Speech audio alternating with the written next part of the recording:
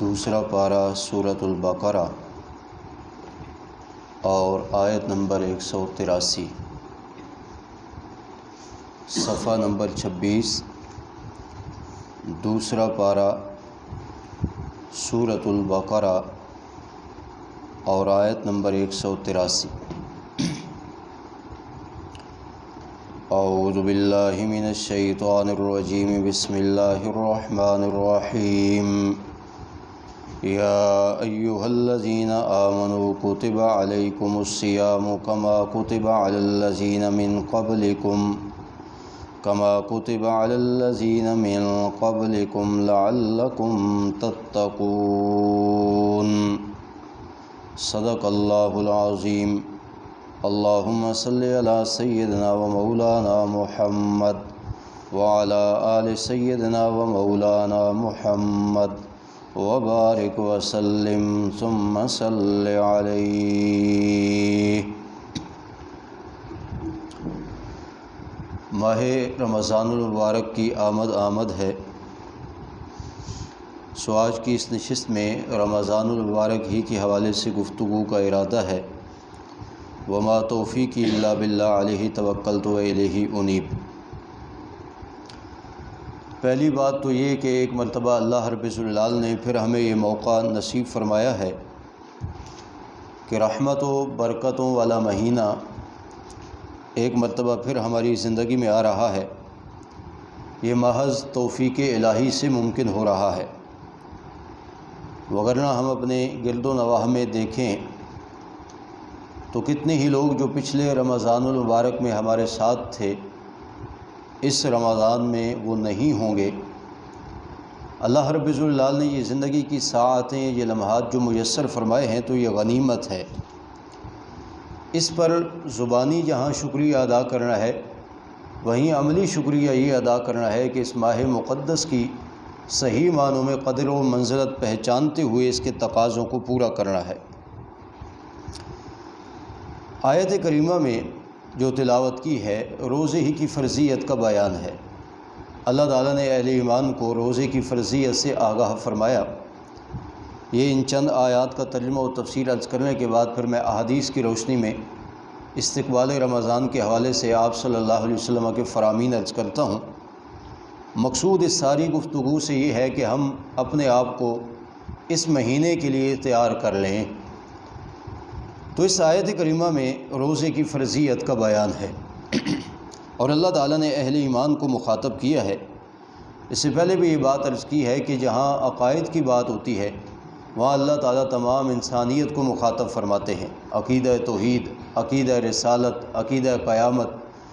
لیکن جہاں اعمال کا حکم دینا مقصود ہوتا ہے وہاں فقط اہل ایمان کو مخاطب کیا جاتا ہے، اس لیے کہ اعمال کی قبولیت کے لیے ایمان شرط ہے، اصلاح عقیدہ شرط ہے۔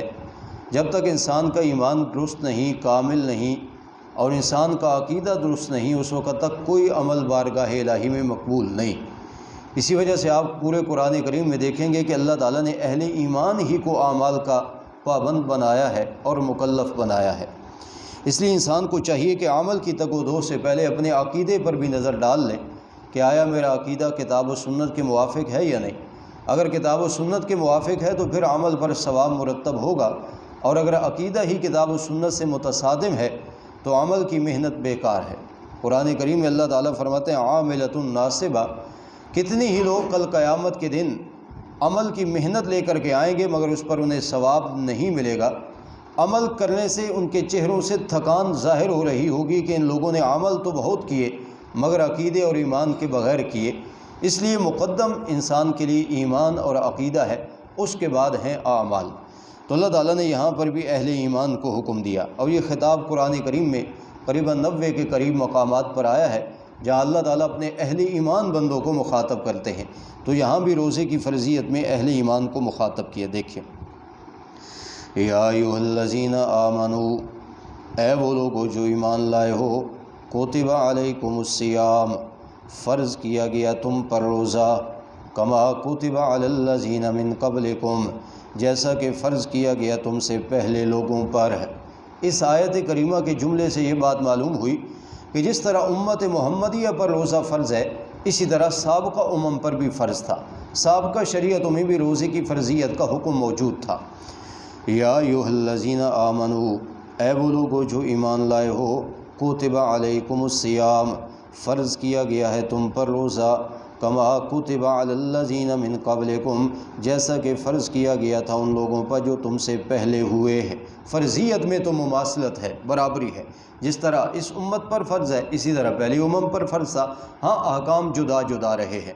جیسا کہ ابتدائی اسلام میں جب روزے کا حکم ہوا تو وہاں پر وہی سابقہ حکم چلا آ رہا تھا کہ روزہ جو ہے وہ 24 گھنٹوں پر مشتمل ہوتا، تھوڑا سا وقفہ اس میں دیا جاتا، جیسے افطار مغرب کے بعد کرنے کے تھوڑا سا وقفہ کھانے پینے کا اور پھر سے روزہ شروع ہو جاتا۔ لیکن اللہ تعالیٰ نے اس امت کو آسان احکام عطا کیے ہیں، اللہ تعالیٰ نے اس حکم کو بدل دیا، اور اللہ تعالیٰ فرماتے ہیں اتم الصیام الی اللیل، امت محمدیہ کے افراد کے لیے حکم یہ ہے کہ وہ صبح صادق سے غروب آفتاب تک اپنے روزے کو مکمل کریں۔ تو اللہ تعالیٰ نے یہ آسانی بھی اس امت کو عطا کی، تو احکام پہلی امتوں کے روزے کے اور اس امت کے روزے کے جدا ہیں، لیکن روزہ ان پر بھی فرض تھا جس طرح امت محمدیہ پر فرض ہے۔ اچھا، روزے کا یہ حکم کیوں دیا گیا، اس کا فائدہ کیا ہے، فلسفہ کیا ہے، حکمت کیا ہے؟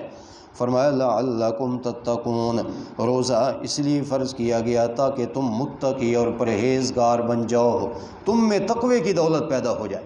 دیکھیے بہت سارے لوگ روزہ رکھتے ہیں صرف کھانے پینے کے لیے، اس کی حکمت سے آگاہ نہیں ہے۔ ہمارے ہاں دیکھیں نا، جسمانی غذا کے لیے پورا اہتمام کیا جاتا ہے، لیکن روزہ فرض کرنے کا یہ مقصود نہیں، یہ ثانوی چیز ہے۔ اولاً جو روزہ فرض ہوا ہے اس سے اپنی روحانی غذا کا اہتمام کرنا ہے اور تقوی سے اپنے آپ کو مالا مال کرنا۔ اب دیکھیں نا، پہلی امم پر بھی فرض تھا، اس امت پر بھی فرض ہے۔ فرمایا فرض کرنے کی حکمت کیا ہے، تاکہ تم میں تقوی کی دولت پیدا ہو جائے۔ اب علماء کرام نے لکھا ہے کہ انسان کو اللہ تعالیٰ نے جو پیدا کیا ہے نا، تو اس میں دو طرح کا مادہ اللہ نے رکھ دیا ہے، شیطنت کا مادہ بھی ہے، بہیمیت کا مادہ، حیوانیت کا مادہ بھی انسان کی فطرت میں رکھا گیا ہے، اور ملکوتی صفات یعنی فرشتوں کی صفات اور خوبیاں بھی، وہ مادہ بھی اللہ تعالیٰ نے انسان میں رکھ دیا ہے۔ اور اس کے بعد اللہ تعالیٰ نے انسان کو اس بات کا مختار بنایا ہے کہ وہ خود محنت و ریاضت کر کے وہ بہیمیت والا مادہ، شیطنت والا مادہ، اسے ختم کرے، اس کا ازالہ کرے، اور اپنے اندر جو فرشتوں جیسی صفات ہیں انہیں اجاگر کرے۔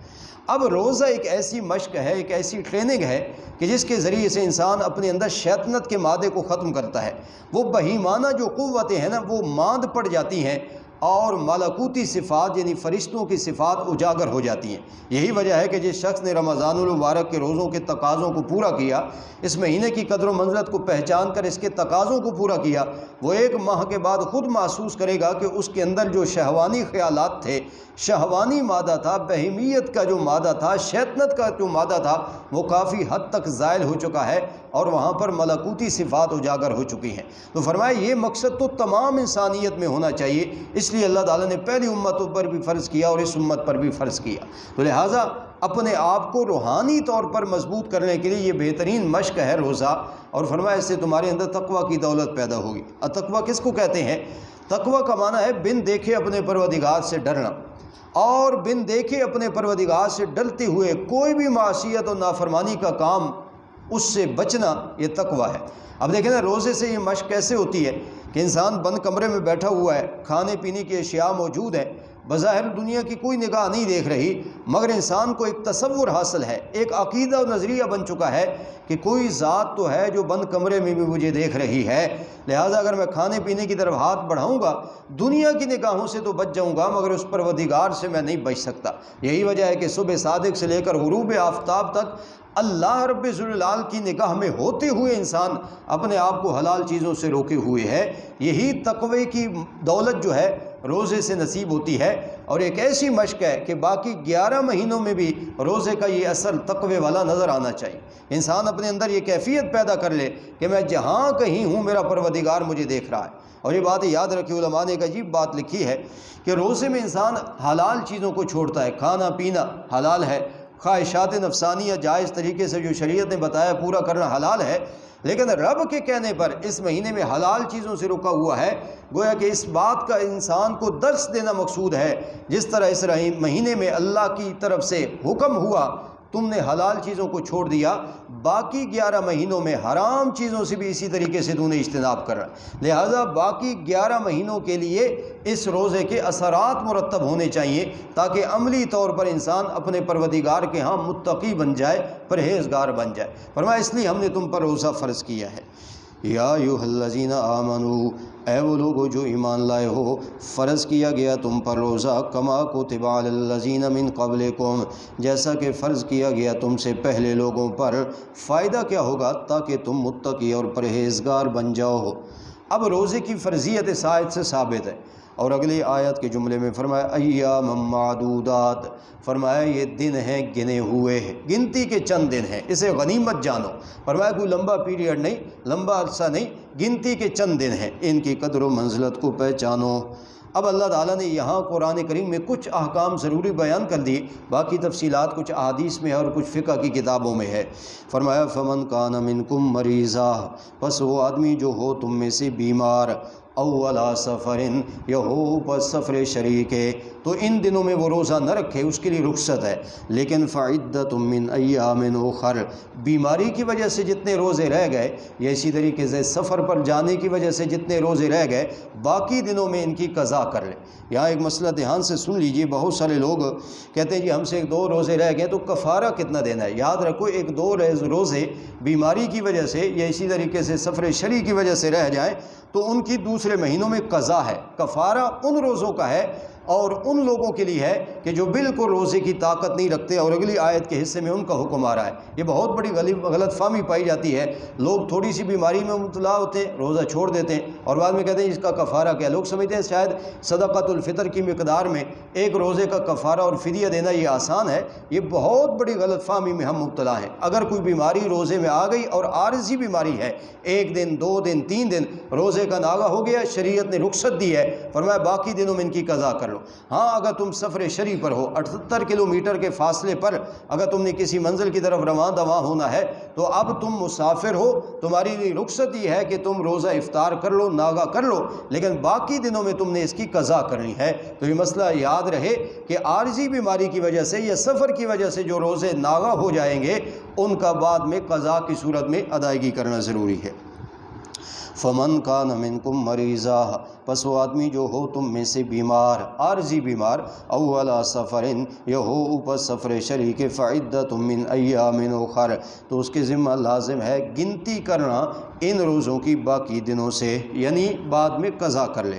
وعلی الذین یطیقونہ، اور اوپر ان لوگوں کے جو طاقت نہیں رکھتے روزے کی، یہاں لا مقدر ہے، اے لا یطیقونہ، اور وہ لوگ جو طاقت نہیں رکھتے روزے کی۔ اب اس کی 2 صورتیں، یا تو بندہ انتہائی زیادہ بڑھاپے کی عمر کو پہنچ چکا ہے کہ نحیف ہے، کمزور ہے، نقاہت زیادہ ہے، تو علماء نے لکھا کہ ایسے شخص سے روزہ ساقط ہے۔ اب ایسا شخص رمضان کے روزے نہ رکھے تو بعد میں ان روزوں کے بدلے میں ایک روزے کے بدلے صدقۃ الفطر کی مقدار کفارہ ادا کر دے، فدیہ ادا کر دے۔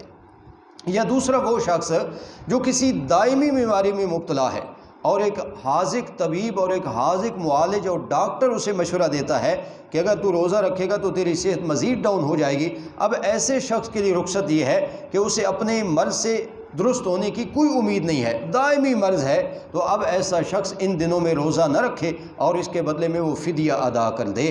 تو ہر شخص کے لیے فدیے کا حکم نہیں، یہ اس شخص کے لیے ہے جو انتہائی درجہ زیادہ بڑھاپے کو پہنچ گیا اور روزہ کی سقت اور طاقت نہیں رکھتا، یا دائمی مریض ہے لیکن اس کے ساتھ بھی یہ شرط ہے کہ کوئی معالج اور طبیب اس کو کہے کہ تیرے لیے روزہ رکھنا درست نہیں، جائز نہیں، یا اسی طریقے سے تو مزید نقاہت کا شکار ہو جائے گا۔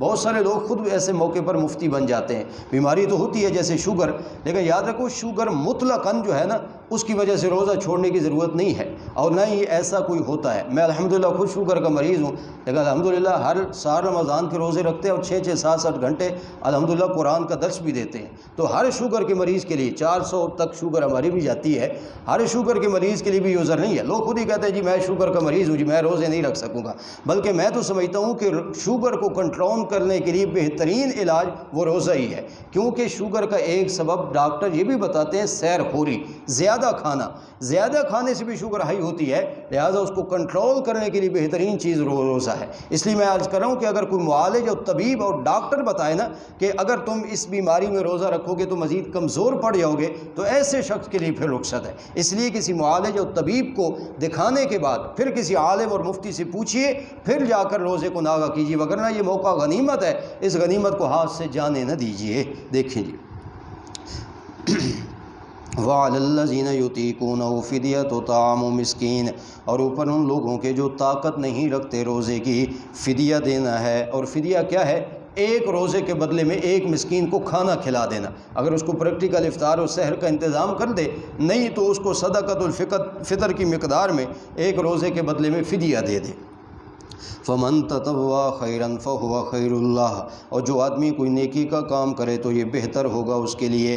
وان تصوموا خیر لکم، اور یہ کہ تم روزہ رکھو یہ بہتر ہے تمہارے لیے۔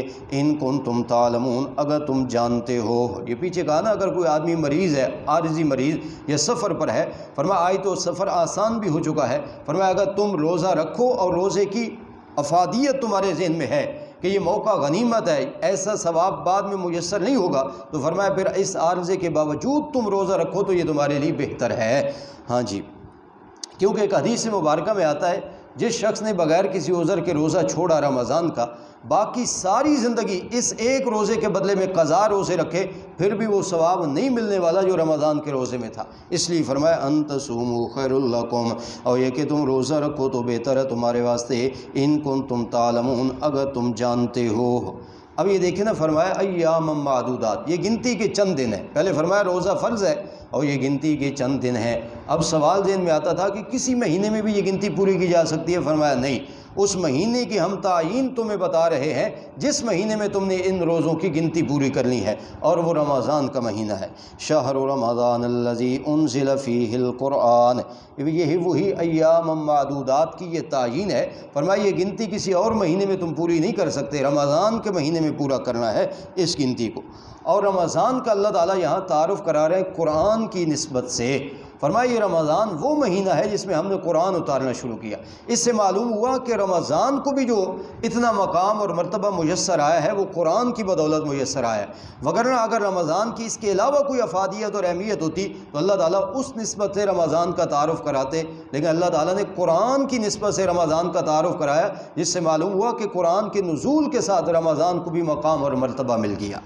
شہر رمضان الذی انزل فیہ القرآن، فرمایا مہینہ رمضان کا، الذی انزل فیہ القرآن، جس میں قرآن اتارنا شروع کیا گیا۔ آپ پر پہلی وحی جو آئی نا وہ رمضان کا مہینہ تھا۔ علامہ ابن حجر رحمۃ اللہ علیہ نے لکھا شب قدر تھی جس میں آپ صلی اللہ علیہ وسلم پر پہلی وحی آئی، تو قرآن کا نزول جو شروع کیا گیا اس کے لیے مہینہ رمضان منتخب کیا گیا۔ شہر رمضان الذی انزل فیہ القرآن، رمضان مہینہ رمضان کا وہ ہے جس میں قرآن کریم اتارنا شروع کیا گیا۔ اب یہ قرآن کیا ہے؟ قرآن کے تین اوصاف، فرمایا ھدی للناس، یہ قرآن کریم سراپا ہدایت ہے تمام کے تمام لوگوں کے لیے۔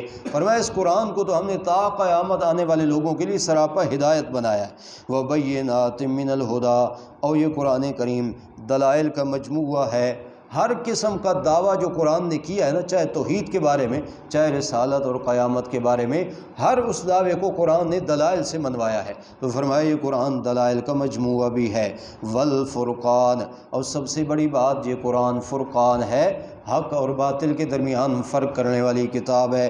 اس کتاب سے جڑے ہوئے لوگوں پر یہ کتاب واضح کرتی ہے کہ یہ جنت کا راستہ اور یہ جہنم کا راستہ ہے، یہ ہدایت کا راستہ اور یہ گمراہی کی ڈگر ہے، یہ ایمان ہے اور یہ کفر ہے، یہ توحید ہے اور یہ شرک ہے۔ یہ قرآن کے قریب آنے سے معلوم پڑتا ہے۔ قرآن کا وصف ہے الفارق بین الحق والباطل، یہ حق و باطل کے درمیان تمیز کرتا ہے۔ اب دیکھیں یہاں تو چند احکام تھے، آگے بھی کچھ احکام بیان کیے گئے۔ اب میں احادیث سے چند رمضان المبارک کے فضائل اور مناقب عرض کرتا ہوں۔ اس ساری گفتگو سے مقصود یہ ہے کہ ہم اپنے آپ کو رمضان کے لیے تیار کریں۔ آپ صلی اللہ علیہ وسلم رجب کے مہینے سے پہلے ہی ایک دعا پڑھتے تھے، اس کا اہتمام کرتے تھے، اللہم بارک لنا فی رجب و شعبان و بلغنا رمضان۔ اے اللہ ہمارے رجب اور شعبان ان 2 مہینوں میں برکت عطا کر اور مولا ہمیں خیریت سے رمضان تک پہنچا دے۔ آپ صلی اللہ علیہ وسلم کا یہ دعا کرنا یہ بتاتا ہے کہ آپ صلی اللہ علیہ وسلم کو کس شدت کے ساتھ رمضان کی انتظار رہتی تھی۔ اس لیے امت محمدیہ کو بھی چاہیے کہ وہ اپنے آپ کو تیار کریں، لیکن روحانی طور پر اپنے آپ کو تیار کریں۔ جسمانی طور پر میں نے کہا یہ ثانوی چیز ہے، اپنے آپ کی روحانی ترقی کے لیے اپنے آپ کو تیار کیجیے۔ اور سید عائشہ رضی اللہ تعالیٰ نے فرماتی ہیں جب شعبان کا مہینہ آتا ہے جس کے اب چند دن باقی رہ گئے ہیں، شد میزرہ، تو آپ صلی اللہ علیہ وسلم ایسے تیار ہو جاتے عبادت کے لیے جیسے کوئی آدمی کمر کس کے کسی کام کو کرنے کے درپے ہو جاتا ہے۔ پہلے سے زیادہ نفلی عبادت، پہلے سے زیادہ اہتمام یہ رسول اللہ صلی اللہ علیہ وسلم کی شعبان میں معمول ہوا کرتا تھا، اور پھر رمضان میں تو کیا ہی کہنے، رسول اللہ صلی اللہ علیہ وسلم کی عبادت کا ذوق پہلے سے بڑھ جاتا تھا، یہاں تک کہ بعد رمضان میں تو رسول اللہ صلی اللہ علیہ وسلم نے 20 دنوں کا بھی اعتکاف فرمایا۔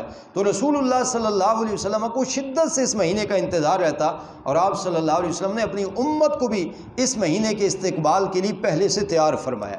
اس کے لیے میں ایک مفصل حدیث کے چند جملے آپ کو سنا دوں۔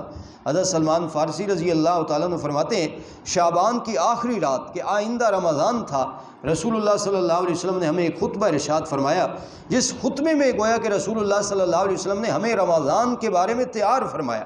یہ گویا کہ استقبال رمضان ہے۔ آپ صلی اللہ علیہ وسلم نے ارشاد فرمایا ہے میرے صحابہ قد اظلکم شہر عظیم، فرمایا تم پر ایک عظیم الشان مہینہ سایہ افغن ہونے والا ہے۔ اشارہ تھا رمضان کے مہینے کی آمد کی طرف، اور یہ رسول اللہ صلی اللہ علیہ وسلم شعبان کی آخری شب میں صحابہ اکرام رضوان اللہ تعالیٰ علیہ مجمعین کو نصیحت فرما رہے ہیں۔ آپ نے فرمایا تم پر ایک عظیم الشان مہینہ سایہ افغن ہونے والا ہے۔ اس مہینے کی عظمت کی طرف رسول اللہ نے اشارہ کیا، اور ساتھ ہی آپ نے فرمایا مبارکن، صرف عظمت والا مہینہ نہیں، بابرکت مہینہ ہے کہ جس میں اللہ رب العال کی برکات کا نزول پہلے سے زیادہ ہوتا ہے۔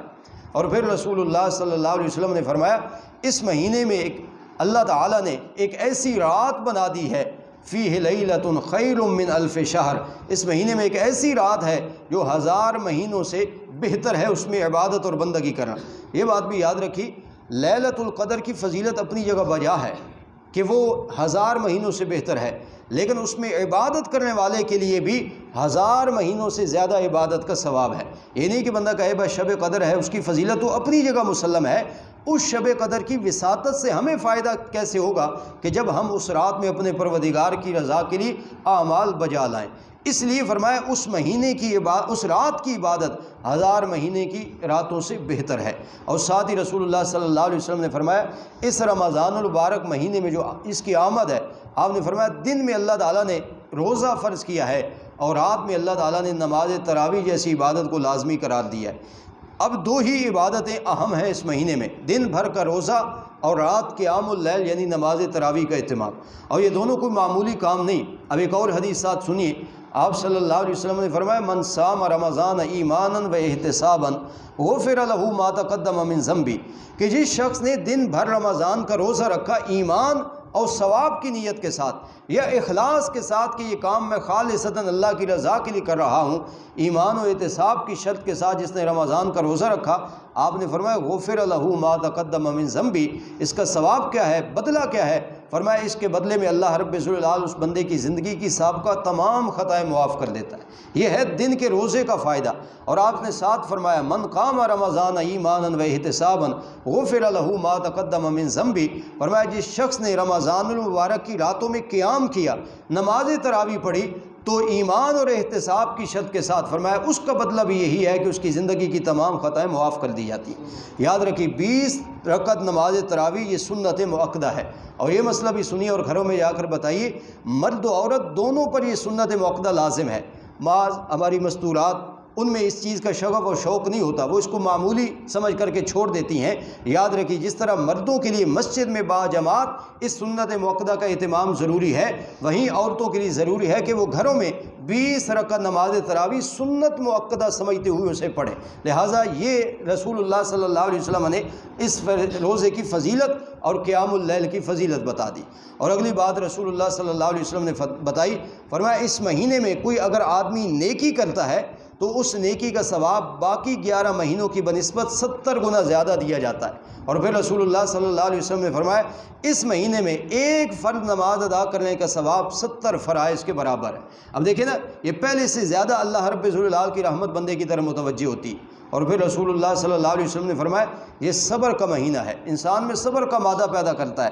اب دیکھیے وہی نفس جو انسان سے عام دنوں میں قابو نہیں آتا، اسی نفس پر انسان روزے کے ذریعے قابو پا لیتا ہے، اور یہاں تک کہ انسان بھوک پیاس محض رضائے الہی کے لیے برداشت کرنے کا عادی بن جاتا ہے۔ یہ صبر کا مادہ اس رمضان کے روزے سے پیدا ہوتا ہے۔ اور آپ صلی اللہ علیہ وسلم نے فرمایا ثوابہ الجنہ، اور اس صبر کا بدلہ کیا ہے؟ جنت ہے۔ لہٰذا انسان کو اس روزے سے صبر کا مادہ نصیب ہوتا ہے۔ اور ساتھ ہی رسول اللہ صلی اللہ علیہ وسلم نے فرمایا یہ وہ مہینہ ہے جو مواسات اور خمخاری کا مہینہ ہے۔ کیسے؟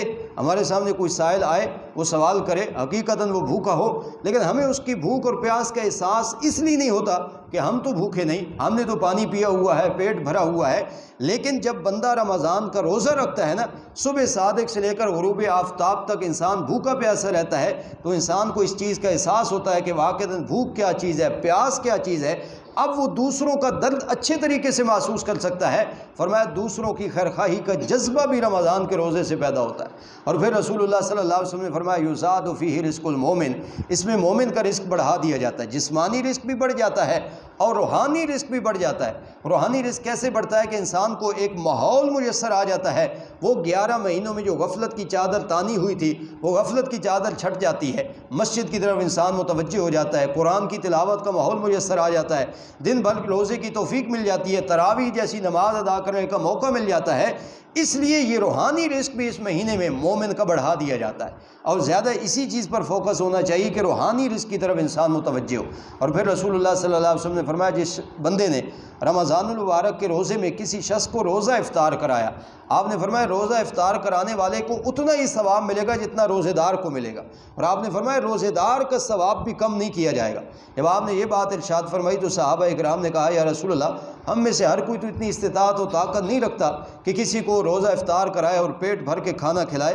آپ صلی اللہ علیہ وسلم نے فرمایا یہ ثواب پیٹ بھر کے کھانا کھلانے پر موقوف نہیں، جس بندے نے کسی کو پانی کا ایک گھونٹ پلا کر روزہ افطار کرایا فرمایا اس کے لیے بھی اتنا ہی ثواب ہے۔ اور آپ نے فرمایا اگر دودھ کا ایک گھونٹ کسی کو پلا دیا اور روزہ افطار کرا دیا فرمایا اس کے لیے بھی اتنا ہی ثواب ہے، یہاں تک کہ ایک کھجور کسی کو کھلا کر روزہ افطار کرا دیا اس کے لیے بھی اتنا ہی ثواب۔ اور اگلی بات رسول اللہ نے ارشاد فرمائی، آپ صلی اللہ علیہ وسلم نے فرمایا جو شخص رمضان کے ان دنوں میں اپنے ماتحت لوگوں پر کام کاج میں تخفیف کر دیتا ہے، تھوڑا کام ان سے لیتا ہے رمضان کی مد نظر رکھتے ہوئے عظمت کو، آپ صلی اللہ علیہ وسلم نے فرمایا اس آقا کو اس کے بدلے میں فائدہ کیا ہوگا؟ اللہ رب العال اس کے گناہوں کو معاف کر دے گا۔ تو دیکھیں نا ہر طریقے سے رمضان برکتوں اور رحمتوں کا مہینہ ہے۔ اور پھر رسول اللہ صلی اللہ علیہ وسلم نے فرمایا اللہ تعالیٰ نے 3 عشرے اس کے بنا دیے، اولہ رحمت، پہلا عشرہ رحمت کے لیے مختص کر دیا۔ رحمت خداوندی ہر وقت بندے کا انتظار کرتی ہے، مگر پہلے 10 دنوں کو خاص ہی اللہ تعالیٰ نے اپنی رحمت کے لیے کر دیا، پہلے سے زیادہ رحمت خداوندی متوجہ ہے۔ فرمایا وَأَوْسَطُهُ مغفرہ، درمیانی عشرہ مغفرت کا ہے، ہر وقت اللہ رب العال اپنے بندے کو معاف کرنے کے درپے ہے، بشرطے کہ کوئی توبہ اور استغفار کرے صحیح، مگر ان 10 دنوں میں اللہ تعالیٰ کی مغفرت پہلے سے زیادہ بندے کی طرف متوجہ ہوتی ہے۔ وَآخِرُهُ عِتْقٌ مِّنَ النَّارِ، اور آخری عشرے کو جہنم سے خلاصی کا عشرہ قرار دے دیا۔ فرمایا اگر کوئی شخص اپنے آپ کو جہنم سے خلاصی دلوانا چاہتا ہے آئے اللہ رب العال کے دروازے پہ، مانگنا اس کا کام ہے، جہنم سے خلاصی عطا کر دینا اللہ کا کام۔ اور پھر رسول اللہ صلی اللہ علیہ وسلم نے فرمایا اس رمضان کے مہینے میں، یہ ایک ہی میں مفصل حدیث میں آپ کو سنا رہا ہوں، آپ نے فرمایا 4 کام تم نے کرنے ہیں، 2 کام تو ایسے ہیں جن سے تم نے اپنے پروردگار کو راضی کرنا ہے، اور 2 کام ایسے ہیں کہ جس کے بغیر تمہارا چھٹکارا ہی نہیں ہے۔ آپ صلی اللہ علیہ وسلم نے فرمایا پہلے 2 کام جن سے تم نے اپنے رب کو راضی کرنا ہے نا، ان میں سے پہلا کام ہے کلمہ توحید لا الہ الا اللہ کا کثرت کے ساتھ ورد، کیونکہ کلمہ توحید لا الہ الا اللہ افضل الذکر لا الہ الا اللہ، سب سے افضل ترین ذکر وہ لا الہ الا اللہ ہے، یہ کلمہ توحید ہے، اور اسے صرف رٹ کر پڑھنے کی ضرورت نہیں، اسے سمجھ کر پڑھنے کی ضرورت ہے۔ انسان سمجھے کہ میں لا الہ الا اللہ میں کس بات کا اعتراف کر رہا ہوں، یہ بندے کا ایمان اور عقیدہ بناتا ہے کہ انسان اپنی زبان سے اس بات کا اعتراف کرتا ہے کہ میرے رب کے علاوہ الہ اور معبود کوئی نہیں، مسجود اور مشکل کشا اور حاجت روا کوئی نہیں، غائبانہ پکاروں کو سننے والا اللہ کے علاوہ کوئی نہیں، خالی جھولیوں کو بھرنے والا اللہ کے علاوہ کوئی نہیں۔ یہ لا الہ الا اللہ کلمہ توحید کا کثرت سے ورد، یہ اپنے پروردگار کی رضا حاصل کرنے کا بہترین وظیفہ ہے۔ اور فرمایا دوسری چیز جس سے تم اپنے پروردگار کو راضی کرو گے وہ ہے اپنے گناہوں پر استغفار۔ اب دیکھیں نا، جیسے رحمت خداوندی پہلے سے زیادہ متوجہ ہے، مغفرت کا بہترین پیکج میسر ہے، تو انسان کو چاہیے کہ اپنے گناہوں پر نادم ہو کر اپنے پروردگار سے توبہ اور استغفار کرے۔ اور جب بندے کے گناہ مٹتے ہیں نا تو اللہ کا قرب بندے کو حاصل ہوتا ہے۔ فرمایا یہ دو کام ایسے ہیں کہ ان سے تم اپنے رب کو راضی کرو گے۔ اور دو چیزیں آپ نے فرمایا کہ ان کے بغیر تو تمہارا چھٹکارا ہی نہیں ہے۔ ان میں سے پہلی چیز فَتَسْأَلُونَ الْجَنَّةَ، فرمایا جب بھی رمضان میں دعا کرو تو اپنے رب سے جنت کا سوال کرتے رہنا۔ اب دیکھیں نا، کس شخص کی تمنا نہیں ہے کہ وہ جنت میں نہ جائے؟ ہر شخص کی تمنا ہے کہ میں جنت میں جاؤں۔ فرمایا اس کے لیے بہترین وظیفہ یہ ہے کہ تم اپنے رب سے رمضان کے مہینے میں جنت کا سوال برابر کرتے رہو۔ اور دوسری چیز جہنم سے چھٹکارے کا سوال۔ اب کون شخص چاہتا ہے کہ میں جہنم میں جلوں؟ ہر شخص کی تمنا یہ ہے کہ میں جہنم کے عذاب سے محفوظ رہوں۔ فرمایا جہنم کے عذاب سے محفوظ رہنے کے لیے بہترین موقع ہے رمضان کے دنوں میں اور راتوں میں اپنے پروردگار سے جہنم سے خلاصی کی دعا کرتے رہو۔ تو رسول اللہ صلی اللہ علیہ وسلم نے یہ جو خطبہ دیا، اس میں گویا کہ رمضان کا استقبال بتایا کہ رمضان المبارک کا مہینہ آ رہا ہے، اپنے آپ کو کیسے تیار کرنا ہے۔ اب دیکھیں نا، جو روزہ بندہ رکھتا ہے اس کا ایک اور بدلہ کیا ہے؟ باقی جتنے بھی اعمال ہیں ان کے اپنے اپنے اللہ رب ذوالجلال کے ہاں سے انسان بدلہ و ثواب پائے گا، مگر روزے کا ثواب بڑا عجیب ہے۔ حدیث مبارکہ میں آتا ہے، یہ حدیث قدسی ہے، آپ صلی اللہ علیہ وسلم نے فرمایا، اللہ کریم فرماتے ہیں الصوم لی وانا اجزی بہ، وفی روایت الصوم لی وانا اجزا بہ۔ اللہ فرماتے ہیں روزہ میرے لیے ہے، اس بندے نے روزہ رکھا، میں جانتا ہوں اس کی نیت اور ارادے کو۔ اور روزہ ایک ایسی عبادت ہے کہ جو بندے اور اللہ کے درمیان ہی راز ہے۔ اب ایک بندہ ہمارے سامنے بیٹھا ہے، ہمیں کیا پتہ یہ روزے سے ہے یہ روزے سے نہیں، اس کا سارا معاملہ جاننے والا اللہ ہے۔ اسی لیے فرمایا روزہ میرے لیے ہے، اور اللہ تعالیٰ فرماتے ہیں آنا اجزی بہ، کل اس کا بدلہ بھی میں اللہ تعالیٰ خود عطا کروں۔ محدثین نے اس کی ایک توجیہ یہ بیان کی ہے کہ ہو سکتا ہے کہ باقی اعمال کا ثواب اللہ تعالیٰ فرشتوں کے ہاتھوں دلوا دے، مگر روزے دار جب معاشر کے دن آئے گا تو اللہ تعالیٰ اپنے دست قدرت سے اس کا بدلہ اسے عطا کریں گے۔ تو دیکھیں نا، روزہ اپنے پروردگار کے انسان کو کتنا قریب کر دیتا ہے۔ اور اس روایت میں دوسری قرات ہے الصوم لی وانا اجزا بہ، جب یہ عبارت پڑھی جائے نا اجزا بہ، تو اس کا مطلب یہ ہے، اللہ فرماتے ہیں روزہ میرے لیے ہے، اور اس روزے کے بدلے میں اللہ تعالیٰ نے جنت کی اور نعمتیں اپنے روزہ دار بندے کو نہیں دینی۔ فرمایا روزے کا نقد بدلہ میں اللہ تعالیٰ کی ذات ہے۔ کیا مطلب؟ کہ میں اللہ رب ذوالجلال کی ذات اس روزے کی جزا ہے۔ اور آپ اندازہ لگائیے، جب اللہ تعالیٰ کی ذات ہی بندے کے حصے میں آ جائے تو پھر بندے کو اور کس چیز کی ضرورت ہے؟ جنت تو اللہ تعالیٰ کی مخلوق ہے، جنت تو اللہ تعالیٰ کا مملوک ہے۔ جب اللہ تعالیٰ ہی روزے کے بدلے میں انسان کو میسر آ جائے، مل جائے، تو اس سے بڑھ کر انسان کو اور کیا چاہیے؟ تو آپ صلی اللہ علیہ وسلم کے بے شمار فرامین اس کے بارے میں، آخری فرمان سنیے ماحول کے حوالے سے، کہ پہلے سے زیادہ موقع میسر، اور اللہ تعالیٰ خود اپنے بندوں کو توفیق عطا فرماتا ہے۔ آپ صلی اللہ علیہ وسلم نے فرمایا جب رمضان کے مہینے کی آمد ہوتی ہے، سلسلۃ الشیاطین، فرمایا شیاطین کو جکڑ دیا جاتا ہے۔ یعنی کیا مطلب؟ ایسا ماحول میسر آتا ہے کہ وہی شیطان جو عام دنوں میں انسان کو ورگلاتا ہے، پھسلا دیتا ہے، اس مہینے میں ماحول ایسا بنا دیا جاتا ہے کہ انسان عموماً شیطان کے وسوسے میں نہیں آتا۔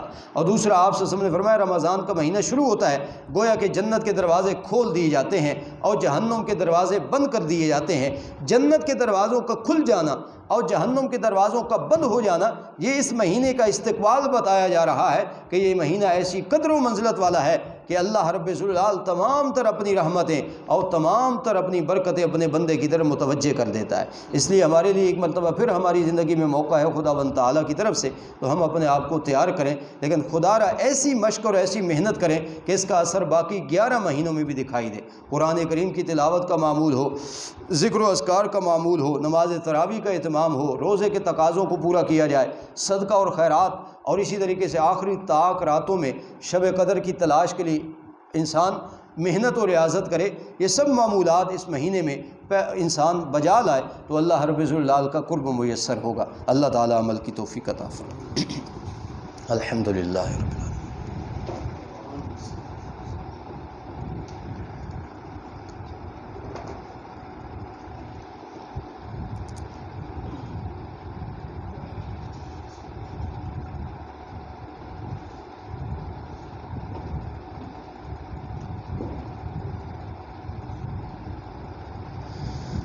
جتنے احباب درس کی اس مجلس میں شریک ہیں، اللہ تعالیٰ سب کی جملہ حاجات کو پورا فرمائے۔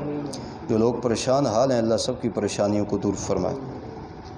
ماہ رمضان المبارک کی اللہ تعالیٰ قدر و منزلت پہچانتے ہوئے ہمت و ریاضت کے ساتھ مجاہدہ کرنے کی توفیق نصیب فرمائے۔